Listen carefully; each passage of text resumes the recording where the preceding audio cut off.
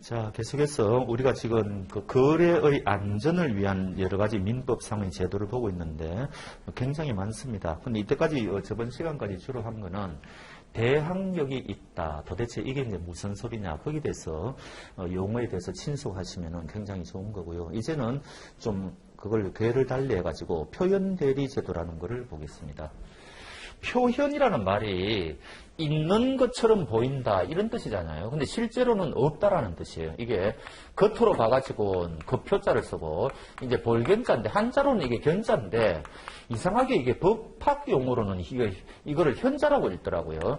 그래서 이제 교수님들 중에는 요거를 표견대리라고 읽는 분들도 있고 그냥 표현대리라고 읽는 분들도 있어요. 근데 이게 훨씬 많습니다. 그래서 여러분들도 표현대리 겉으로 봐가지고는 대리인 것처럼 보인다 이런 이야기죠. 대리가 뭐예요? A라는 사람을 우리가 이제 대리권을 주는 사람을 본인이라 그러고 A가 B에게 대리권을 주는 것을 우리가 수권행위라 그러거든요. 권한을 준다 이런 이야기죠. 그래서 수권행위를 하면은 B는 이제 A의 대리인이 될 수가 있죠. 그래서 이제 B가 C하고 뭔가 매매 계약을 체결할 때 이제는 A의 이름을 사용할 수가 있는 겁니다. 권한을 부여받았기 때문에. 그러면 이 사람은 얘는 A의 대리인이구나. 권리 의무는 내하고 이 사람 사이에서 발생하거나 이거를 예측할 수가 있겠죠. 그럼 나중에 이제 매매 계약이 체결하면은 본인하고 상대방 사이에 권리 의무가 발생하는 것 이게 이제 대리제도의 일반적인 메커니즘이거든요. 근데 이게 표현 대리는 뭔가 하니까 얘가 대리권을 주지도 않았는데 A의 대리인으로 사기치고 있다 이런 이야기입니다. 쉽게 말하면은. 근데 C의 입장에서는 누가 봐도 얘는 A의 대리인인 것처럼 보인다. 지금 이런 이야기죠. 그거를 우리가 뭐라고 이야기하는 거니까 선의 무과실이라고 그래요. 그래서 우리가 민법은 아까도 제가 말씀드렸지만 상대방이 뭔가 보호받을 가치가 있어야 된다 그랬지 않습니까? 그래서 대개 보면은 이 사람이 선의자이어야 보호받을 가치가 있다는 거 이거는 뭐 기본적이죠. 그런데 또 민법 그 규정에 가보면은 선의만 가지고는 부족하고요. 지금 이 사람은 선의자라는 것은 무슨 사실을 모른다는 이야기 아닙니까? 근데 이 사실을 모르는 데 있어가지고 실수가 없어야 돼요. 요걸 우리가 무과실이라 그러죠. 그래서 무과실까지 요구하는 경우도 있어요. 그래서 이런 것들은 그때그때마다 외우셔야 됩니다. 그래서 어떤 규정은 가보면은 선의자이기만 하면은 보호되는 규정이 있고 어떤 경우에는 무과실까지도 보호되는 규정이 있거든요. 표현대리가 대표적이에요. 무과실까지도 요구를 합니다. 실수가 없어야 된다는 거죠. 이런 이야기입니다. 그러니까 사실은 A가 B에게 야 너 가가지고 내 이름으로 어디 한 1,000만 원만 좀 돈 빌려봐라 이렇게 1,000만 원에 대해서 대리권을 주었는데 얘가 이 사람한테 가가지고 나는 5,000만 원 빌려오라고 합디다 해가 사기치는 거예요. 그러면 나중에 A는 5,000만 원에 대해서 책임을 져야 되느냐 지금 이런 이야기죠. 자 이럴 경우에 상대방 C가 선의 무과실이어야 보호받을 가치가 있다 그랬죠. 얘가 5,000만 원 빌리러 왔는데 사실은 1,000만 원밖에 빌릴 권한이 없지 않습니까? 근데 얘는 그거를 모르고 있어야 되죠. 몰라야 되고 그래야 보호받을 가치가 있고 그 모르는 데 있어가지고 전혀 실수가 없어야 된다는 거죠. 이럴 경우에는 원래는 얘는 1,000만 원에 대해서만 빌려오라고 했기 때문에 1,000만 원만 책임지면 되는데 거래의 안전을 위해서 이때는 A가 C에게 5,000만 원 책임을 져야 된다. 이런 메커니즘입니다. 그래서 이때는 A가 희생을 하고 상대방 C를 보호해야 된다. 그 대신에 상대방은 일정한 요건을 갖추어야 된다. 이런 제도를 우리가 표현대리다. 이렇게 이야기하는 거죠. 자, 한번 읽어봅시다. 간단하니까 대리인에게 대리권이 없음에도 이 사람은 5,000만 원에 대한 대리권은 없는데 있는 것처럼 보인다는 이야기죠. 이런 외관이 존재해야 된다. 그리고 얘도 그런 외관을 형성한 데 있어가지고 뭔가 책임이 있는 뭔가 잘못이 있어야 된다. 그런 구체적인 거는 나중에 우리가 실제 공부할 때 하면 되고요. 그 다음에 상대방은 이 사람이 보호받을 만한 가치가 있어야 된다. 민법은 이거를 선의 무과실이라고 한다. 그런 이야기죠. 요렇게 이제 또 거래의 안전을 위한 다양한 제도가 있고 마지막으로 요거는 3번은 은행 다니시는 분들은 요 470조는 너무너무 중요한 조문이에요. 그래서 요거는 조금 상세하게 한번 해보겠습니다. 자, 이제 오늘 여러분들이 공부하신 것 좀 종합해 보면은 이제 표현이 어렵죠. 준점유자. 점유는 이제 조금 아시겠죠. 우리가 물권법에서가 점유라는 말을 했잖아요. 그래서 사실상 지배하고 있는 것을 우리가 점유라고 그런다. 근데 준자가 왜 붙었느냐? 그게 준한다라는 이야기는 우리가 뭔가를 점유한다는 것은 대개 물건을 점유하지 않습니까? 근데 이거는 물건 점유하는 거, 권리를 점유하고 있거든요. 채권이라는 걸 점유하고 있죠.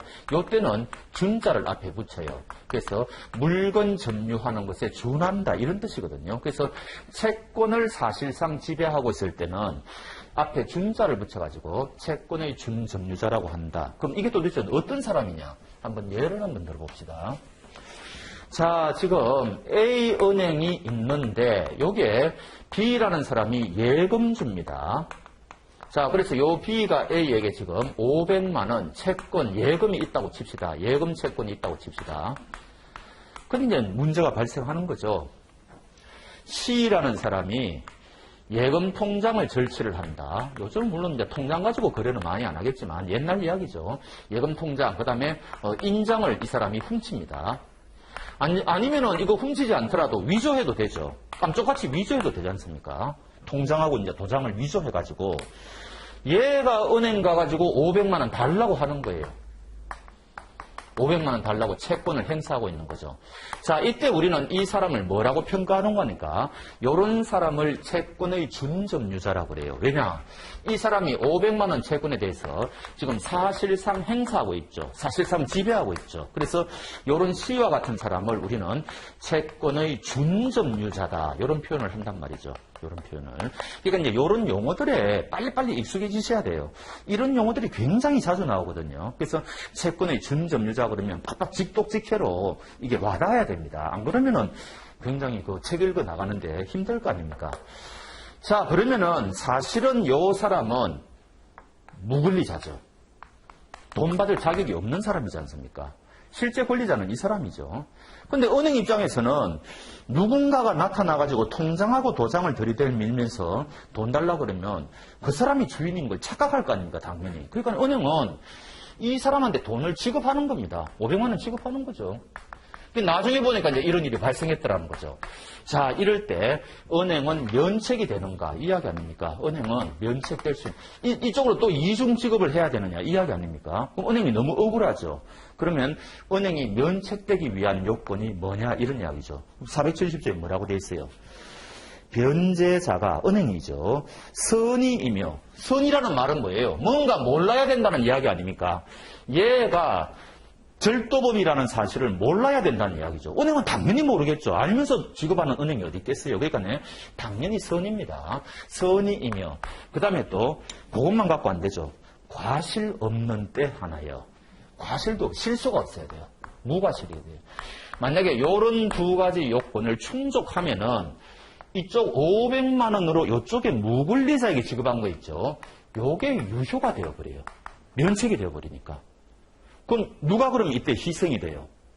얘가 희생이 되죠. 얘는 은행 가서 돈 못 받지 않습니까? 그래서 이런 경우에도 진정한 권리자가 희생이 되고 거래의 안전을 택하는 겁니다. 그 대신에 이런 일정한 요건을 갖춰야 된다. 그래서 이제 판례 같은 거 보면은 우리가 도장 같은 거는 우리가 셀룰로이드 가지고 면밀하게 점검하지 않습니까? 그 과정에서 이제 은행원의 실수가 있었느냐 없었느냐가 판가름이 돼요. 근데 서명은 제가 사인하는 것도 아까 사인하는 거 다르고 지금 사인하는 거 다를 거 아닙니까? 사인은 굉장히 관대하게 봐줄 수밖에 없습니다. 근데 인형은 셀룰로이드로 면밀하게 봐야 돼요. 그거 만약에 조금이라도 잘못하면은 과실이 있어버려요. 그럼 은행이 면책이 안 된다는 이야기죠. 그래서 무과실, 선의 이런 식으로 해가지고 거래의 안전을 택한다는 거죠. 그래서 이런 메커니즘이 민법에는 굉장히 많다는 겁니다. 그 중에서 제가 오늘 말씀드린 거는 중요한 것만 추려서 했고 여러분들은 제일 중요한 거는 대항하지 못한다. 이 의미가 제일 크다. 이런 의미를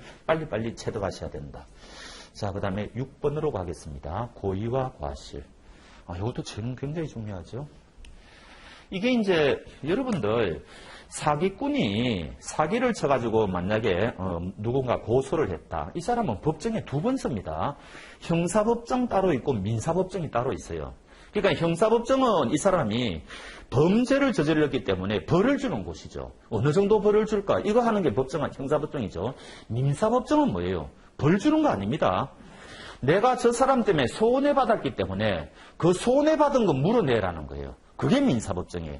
양쪽이 완전히 다릅니다. 그래서 이 사람은 형사법정에 한번 불려가가지고 한번 그거 받고 민사법정에서 또 이 사람이 손해배상 소송을 제기하면 민사법정이 또 나와야 돼요. 그러니까 형사하고 민사는 완전히 다르다. 이걸 먼저 아셔야 됩니다. 자, 그래서 형법의 경우에는 고의와 과실을 엄격하게 구별합니다. 고의범하고 과실은요. 사람 죽였잖아요. 살인죄 한 명 죽어도 이 사람 사형까지 할 수 있죠. 요번에 그 왜 일본 아베 외상 죽인 사람 있잖아요. 그 사람 사형 지금 이야기되고 있잖아요. 한 명 죽였는데 사형치 할 수 있다니까요. 왜? 고의로 죽였으니까. 그래서 사형죄는 살인까지만. 과실치사죄는 뭐예요? 치사, 결과적으로 죽었다는 이야기거든요. 실수로 결과적으로 이게 뭐예요? 대표적인 게. 그게 교통사고죠. 교통사고 내가 사람 일부러 죽이는 사람이 있겠습니까? 다 실수로 죽이죠. 그럼 이게 이제 과실에 의해서 죽인 건데, 아무리 법정형이 높다 하더라도 최대 3년이에요. 3년 이상 할 수가 없다. 실수기 때문에요. 그래서 형사법정은 고의하고 과실이 엄격하게 구분이 돼요. 그래서 사람 죽여놓고 뭐라 그럽니까? 되게 뉴스 보면은 나는 일부러 그럴 고의가 없었다. 다 그런 말 하죠. 과실로 도망치려고 하는 거예요, 그게. 그래서 그건 나중에 입증의 문제가 되는데. 그런데 우리가 공부하고 있는 민법은 뭐냐? 그게 아니죠. 손해배상을 청구하는 게 민법이라고 그랬지 않습니까? 그러면은 앞으로 여러분들이 손해배상이라는 말이 나오면은 그 2대 산맥이 있다고 생각하시면 됩니다. 상대방한테 내가 뭔가를 손해배상을 청구하기 위해서는 이유가 있어야 될 거 아닙니까? 첫 번째 큰 산맥이 상대방이 채무를 불이행할 때예요. 약속을 지키지 않는다. 이때 손해 물어내라 이렇게 할 수 있단 말이죠. 또 하나가 뭐예요? 이게 바로 교통사고와 같은 불법행위라는 겁니다. 불법을 어겼다는 이야기죠. 쉽게 말하면은. 그래서 요거 두 가지 중에 한 가지가 이유가 될 원인이 제일 큰 겁니다. 그래서 앞으로 뭔가 누군가에게 손해배상 청구한다 이렇게 이야기할 때는 채무불이행 아니면은 불법행위다 이렇게 생각하시면 되고, 채무불이행의 양쪽의 공통 원인이 뭐냐? 이게 바로 뭔가 하니까 고의 또는 과실로 해야 돼요. 이거하고 대칭되는 개념이 뭔가 하니까 불가항력이죠. 불가항력. 제가 상대방한테 오늘 기계를 넘겨야 되는데 우리나라는 뭐 지진 같은 거는 잘 발생하지 않지만 산불이나 얕은 불가항력에 의해서 못 넘겼다. 그러면 이거 채무 불이행 아니에요. 채무를 불이행한다는 것은 내가 일부러 제 날짜에 약속을 어긴다든지 실수가 있어야 돼요. 요거 둘 중에 하나가 원인이 되어야 되지. 불가항력에 의해서 약속을 못 지켰다. 그거는 채무 불이행이 아닙니다. 불법행위도 마찬가지고. 그래서 고의 또는 과실을 요건으로 해요. 근데 여기서 또는이라고 돼 있잖아요. 그러면 우리가 민법은 이게 고의와 과실을 동격으로 하고 있다는 것을 알 수가 있어요. 그러니까 형법은 고의와 과실을 엄격하게 구분하는데 민법은 구분하지 않는다. 이유가 뭘까요? 제가 여기 있는 이 유리창 있잖아요. 화가 나가지고 돌멩이로 이걸 던졌습니다. 그래서 저 유리창이 박살이 나가 이 화건이 100만 원 피해를 입었어요. 그런데 제가 실수로 뭐 잘못해가지고 저 유리창을 깼다고 생각해 보십시오. 그럼 학원 입장에서는 100만 원 손해가 발생한 건 똑같잖아요. 제가 고의로 했건 실수했건 학원 입장에서는 그게 뭐가 중요해요? 100만 원이라는 손해가 발생했는데. 그러니까 민법의 경우에는 저 사람이 고의로 했느냐 과실로 했느냐 이게 전혀 중요하지 않아요. 단지 나는 돈을 받아내야 되니까 고의하고 과실을 동격으로 취급해버리는 겁니다. 그러니까 이게 형법하고는 큰 차이점이에요. 그래서 요거를 우리가 과실 책임의 원칙이라고 그래요. 그래서 실수를 해야 돼. 고의는 당연히 책임져야 되는 거고 실수가 있어야 책임진다. 요거를 우리가 책임을 물을 만한 사유다 그래가 요거를 어려운 말로 귀책 사유라고 그러죠. 그래서 요 고의 또는 과실이 귀책 사유가 있어야만 뭡니까? 상대방한테 책임을 물을 수가 있다. 손괴 같은 경우에 다른 사람 물건을 못 쓰게 하는 걸 손괴라고 그러잖아요. 손괴죄가 있거든요. 형법은. 근데 과실 손괴죄가 있을까요? 없을까요? 없어요. 그러니까 손괴죄는 고의범만 처벌하는 겁니다. 근데 민법의 경우에 이거 이거 똑같다 그랬잖아요. 실수에 의해서 손괴하든 고의로 하든 똑같다 그랬잖아요. 이게 형법하고 이거하고 차이라는 겁니다. 그래서 민사는 고의와 과실을 구분하지 않는다. 그게 이제 첫 번째 논점입니다. 그래서 그거 아셔야 되고.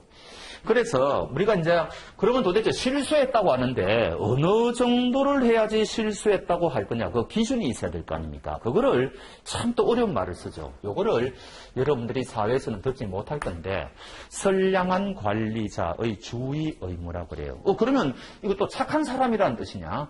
줄여가지고 선관주의 의무라고 그러는데 그게 아니고 그 사람이 다양한 직업이 있을 거 아니에요.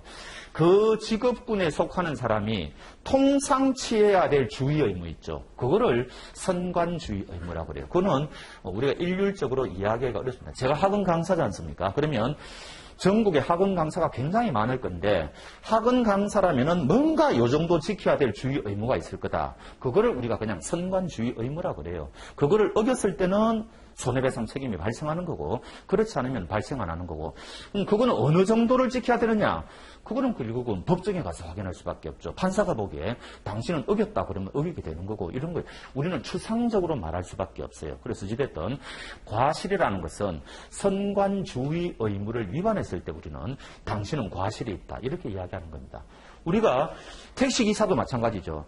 택시기사라면 마땅히 교통법규를 지켜야 될 어떤 뭔가 주의 의무가 있을 거 아닙니까? 과속을 안 해야 된다든지. 그거를 어겼을 때 당신은 선관주의 의무를 위반했다. 그러니까 당신은 과실이 있다. 이렇게 되는 거거든요. 그래서 요 표현이 앞으로 민법 총칙 읽을 때나 끊임없이 나옵니다. 그래서 요 용어를 이제 알아놓으셔야 되겠죠. 선관주의 의무. 그 사람이 속하는 사회적 지위, 종사하는 직업 등에 따라 보통 일반적으로 정도로 요구된대요. 사람은 다 능력이 다르잖아요. 개개인의 능력에 맞추면 되겠습니까? 안 되겠습니까? 아니 어제 교통 면허증을 딴 사람이 있을 수가 있고 30년 숙련자가 있을 건데 다 능력이 다른데 그 개개인의 능력에 맞추면 어떡합니까? 그러니까 평균화시키는 거예요. 요 정도 마땅히 지어야 될 주의 의무, 객관화시켜버리는 겁니다. 요거를 우리가 선관주의 의무라고 그래요. 이런 거를 우리가 어려운 말이죠. 일반적, 평균인 이런 말을 하죠. 구체적인 사람에 의한 개인차가 인정되지 않는다. 그럼 엉망이 되겠죠. 그래서 이런 거를 우리가 선관주의 의무라고 이야기한다. 이렇게 보시면 됩니다. 자, 그러면 채무불이행이라는 말이 우리가 채권법의 주된 테마인데 어떻게 해야지 채무불이행이 될까? 유형이 세 가지가 있다고 일단 아시면 됩니다. 여기는 제가 안 적어놨는데 첫 번째, 늦어지는 거죠. 요거를 이행지체라고 그래요. 제 날짜에 물건을 못 주는 겁니다. 돈이나 이런 거를. 요걸 이행지체라고 그러고 두 번째는요. 아예 불가능하게 된 겁니다. 제가 물건을 상대방한테 넘겨주기로 했는데 한 달 뒤에 넘겨주기로 했는데 한 달 동안에 제가 물건을 잃어버렸어요. 그럼 물건 넘겨줄 수가 없지 않습니까? 그런 거를 불능이라고 그래요. 이런 거를 이행불능. 그 다음 세 번째는 하기는 했는데 엉터리로 이행한 거를 불완전 이행이라고 합니다. 제가 사과를 한 박스 상대방한테 넘겨줘야 되는데 썩은 사과를 준다든지 이렇게 되면은 하기는 했는데 엉터리로 했지 않습니까? 이런 거를 불완전 이행이라고 그래요. 그래서 이런 거는 우리가 나중에 채권법에서 이제 중요한 테마가 되는 거죠. 그래서 요거를 우리가 이제 입법자들은 추상적으로 뭐라고 이야기하는 거니까 채무의 내용에 쫓은 이행을 하지 않았다. 이렇게 이제 추상적으로 이야기하는데 요거를 분석해 보니까 요런 세 가지 유형이 있구나. 이렇게 이야기하는 거죠. 근데 여기도 보세요. 이런 게 있잖아요. 고의, 과실 이런 말이 나오지 않습니까? 제 날짜에 물건을 넘기지 않았더라도 불가항력에 의해서 어쩔 수 없었다. 그러면 책임 안 지는 겁니다. 고의나 과실이 요구된다는 거죠. 고의나 과실이. 그런 거고. 불법행위도 마찬가지죠. 또 여기도 고의 또는 과실이라는 말이 또 나오지 않습니까? 그래서 고의 또는 과실로 인한 위법행위로 타인에게 손해를 가한 자는 그 손해를 배상할 책임입니다. 여기에서 조금 더 앞서가서 이야기를 해보겠습니다. 그럼 우리가 현실에서 소송이 벌어졌을 때 고의라는 것은 상대방의 고의가 있었다는 거 이거 입증하기가 쉽거든요. 핵심은 이 사람이 과연 실수했느냐 이거 입증하는 게 현실에서는 제일 어렵죠. 특히 여러분들 그 의료사고 생각해 보십시오. 피해자가 의사의 과실이 있었다는 걸 입증할 수 있습니까? 그러니까 피해자들이 판판이 소송에서 지지 않습니까? 그러니까 상대방의 과실을 입증한다는 것은 너무너무 어려운 거예요. 그러니까 결국은 누가 이 과실에 대한 입증을 할 책임이 있느냐. 이게 이제 관건이거든요. 현실에서. 이게 소송의 승패를 좌우한다고요. 그래서 나중에 이제 입증 책임이라는 말을 제가 한 번 더 용어 설명에서 나올 건데. 근데 이게 이제 요거는 이제 민사소송법의 영역으로 가는데 이게 증거의 문제이기 때문에 여러분들 이거 좀 묘하지 않습니까? 제가 지금 손해배상을 청구하는 두 가지 산맥이 채무불이행이라고 불법행위라고 두 가지를 말씀드렸는데 우리 입법자들이 요거는 이제 390조에 있거든요. 요거는 이제 750조에 있는 건데 요거는 문장이 두 문장으로 돼 있죠. 할 수 없다. 그러나 이렇게 돼 있잖아요. 문장이. 그런데 고의과실이 그러나 안에 있어요. 이런 거를 우리가 본문이라 그러고 그러나 이하를 요거를 단서라 그럽니다. 뭐 요거까지 여러분들이 외우실 필요는 없는데 근데 불법행위는 뭐라고 돼 있어요? 문장이 한 문장으로 돼 있죠. 고의과실이 그냥 본문 속에 들어가 있어요. 아니 그러면 우리 입법자들은 왜 요거는 문장을 두 문장으로 하고 요거는 문장을 한 문장으로 했을까? 이게 다 이유가 있어요. 입증 책임을 누가 부담하느냐? 요거는요. 피해자가 요 요건 사실을 전부 입증해야 돼요. 피해자가 전부 입증해야 돼요. 이 문장이 한 문장이기 때문에. 그러면 이 피해자가 누구예요? 요 불법행위의 대표적인 경우가 교통사고라고 우리가 생각해 보시면은 요 피해자가 누구라는 말입니까? 교통사고를 당한 사람이라는 이야기죠. 요 사람이 가해자의, 즉 운전자의 과실을 입증해야 되는 거예요. 운전자의. 이거 입증하기 쉽겠습니까? 어렵겠습니까? 굉장히 어렵다고 그랬죠. 그러니까 피해자가 여러분들 길가 가다가 그 담벼락에 보면은 늘 며칠 날 교통사고 목격하신 분 후수하겠습니다. 이런 거 있죠. 이게 다 이것 때문에 있는 거예요. 피해자가 입증해야 돼요. 피해자가. 그러니까 어렵다는 이야기죠. 그런데 채무불이행은 어떻게 돼 있어요? 본문은 요거는 피해자가 입증해야 되는데 단서는 오히려 가해자가 내가 이런 일 없다. 이거를 가해자가 입증해야 돼요. 가해자가 누구예요? 이 사람이 채무자죠. 그러니까 입증 책임이 거꾸로 돼 있어요. 이해하시겠습니까? 그래서 불법행위는 피해자가 상대방의 고의과실을 입증해야 되는데 채무불이행은 요 위에 거는 피해자가 채권자죠. 채권자가 입증해야 되는데 요 밑에 있는 거는 면책 사유가 되는 거거든요. 자기가 면책되기 위해서는 가해자가 나는 과실이 없다고 스스로 입증해야 되는 거예요. 그러니까 입증 책임이 완전히 거꾸로 돼 있죠. 그래서 이런 것들이 이 국회의원들이 입법을 할 때 일부러 이렇게 입증 책임을 바꾸어 놓은 겁니다. 요거는 고의과실을 당신이 입증해라. 그러나 불법행위는 피해자가 모두 입증해라. 이렇게 되는 거예요. 그래서 나중에 공부해 보시면 고의과실에 대한 입증 책임을 누가 부담할 거냐. 그리고 나중에 이제 중간 책임이라는 것도 나오는데 그거는 나중에 보겠습니다. 어찌됐든 채무불이행과 불법행위는 이런 양대 산맥이다. 그렇게 보시면 되겠네요. 자, 보겠습니다. 그 다음에 기타 가보겠죠.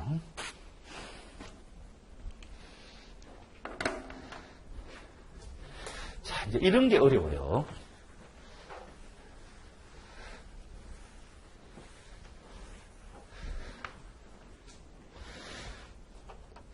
의사표시라는 말이 민법 총칙에서 굉장히 중요한 말이라고 말씀드렸죠. 내가 이제 상대방한테 법률행위를 하는데 진위 아님을 알고 한다. 이 진위가 뭐예요? 이거는 여러분들이 아는 뜻이에요. 마음의 속뜻이라는 이야기거든요. 근데 이걸 아님을 알고 한다는 말은 거짓말 한다는 이야기예요. 거짓말 한다는 이야기다. 그래도 원칙적으로 효력이 있다. 이게 무슨 말인 거니까 여러분들이 만약에 노동자라고 생각해 보십시오. 그다음 B가 이제 사용자인데 이 노동자가 사직서를 제출합니다. 근데 이 사람이 이유가 뭐냐? 여러 가지 이유가 있겠죠. 요즘 옛날에는 사장이 나를 신임하는 것처럼 보였는데 요즘 내한테 대해서 좀 이상하다. 내가 한번 사직서를 한번 슬쩍 던져보자. 그럼 이 사람이 반응이 어떨까? 아주 만류하면은 나는 이 회사에 꼭 있어야 되겠구나. 뭐 이런 식으로 이제 이 사람이 테스트하는 거죠. 그러니까 이 사람이 거짓말하는 거예요. 거짓말.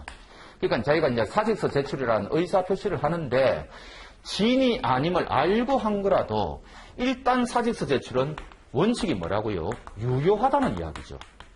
효력이 있다는 이야기예요. 그럼 상대방이 오케이 수리하면은 이 끝난다는 이야기 아닙니까? 이 사람 회사 못 다녀요. 그런데 요 조문은 이게 중요한 게 아니고 요 다음이 중요합니다. 여러분들 이게 노동법하고도 관련되는데 상대방이, 사장이 요 사람이 거짓말하는 거를 알았거나 알 수 있었다. 알았다는 말은 뭐예요? 선의의 반대말이죠. 그러니까 요거를 우리가 악이라고 그럽니다. 뭔가를 모르는 것을 선이라고 그랬죠. 근데 이건 알았으니까 이거는 악이죠. 그 다음에 조금 조심했으면 알 수 있었다. 이게 뭐예요? 바로 이게 과실이 있다는 이야기 아닙니까? 그러니까 악의가 있거나 과실이 있을 때는 이 말이죠. 그러니까 여기도 악이라는 말하고 이제 여기 이제 고의라는 말하고 이게 비슷한 건데 어찌됐든 고의와 과실 혹은 악의와 과실을 동격으로 보고는 거 아닙니까? 그래서 민법은 고의 혹은 악이라는 말하고 과실이 있는 거하고를 동적으로 보는 경우가 굉장히 많다는 겁니다. 알았거나 알 수 있었을 때 이런 식으로. 그래서 이럴 경우에는 무효로 한다. 이게 무슨 말은 뭐니까? 자, 만약에 이 사용자가 이 사람이 사직서를 제출하게 된 원인이 사용자가 A에게 사직서를 제출하라고 강요를 했다고 칩시다. 야, 전부 일괄 사직서 제출해 해가지고 했다. 그럼 이 사람은 눈물을 머금고 사직서 제출할 마음이 없는데 제출할 수가 있지 않습니까? 그럼 이때는 뭐냐? 이 사람이 사직서 제출할 마음이 없다는 걸 사장 입장에서는 적어도 알았거나 알 수 있는 경우가 되겠죠. 이때는 요 사직서 제출은 무효가 된다는 겁니다. 그러면 이때는 요 사람이 그 사직서를 수리하더라도 이 사람은 복직할 수가 있다는 뜻이에요. 이렇게 되는 거죠. 그래서 이런 걸 우리가 비진의 표시라고 그러는데 이때도 제가 이거를 왜 이야기를 하는 거니까 알았거나 알 수 있었다. 이런 표현이 민법에는 굉장히 많이 나온다는 겁니다. 그래서 고의, 과실을 동격으로 본다. 이런 조문을 그때그때마다 외워야 된다. 이런 이야기죠. 그 다음 요거는 제가 왜 소개하는 거니까 중대한 과실이죠. 자, 우리가 고의가 있고 과실이 있다. 근데 과실 중에는 일반적인 과실을 우리가 경과실이라고 그러는데 요거는 아까 선관주의 의무를 위반하는 거라고 그랬죠. 선관주의 의무를 위반한다. 근데 요거보다 정도가 심한 거를 뭐라고 이야기하는 거니까 중과실이라고 그럽니다.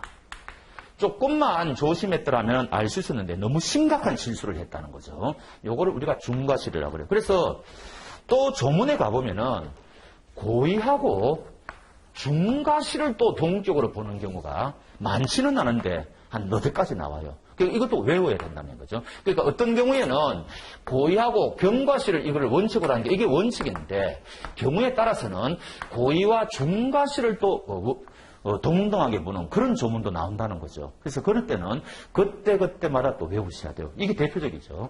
중대한 과실. 요거는 중과실을 요건으로 하지 않습니까? 그러니까 이게 어려워요. 그래서 민법 처음 공부할 때는 막 어지럽습니다. 어떤 거는 고의하고 과실을 동격으로 보고 어떤 거는 또 중과실이 나오고 뭐 어떤 거는 아예 과실을 요구하지도 않고 뭐 이런 식으로 왔다 갔다 하거든요. 그래서 그때마다 중요한 거는 외워야 되는데 그게 그렇게 뭐 생각보다 많지는 않으니까 그거는 외워주시면 됩니다.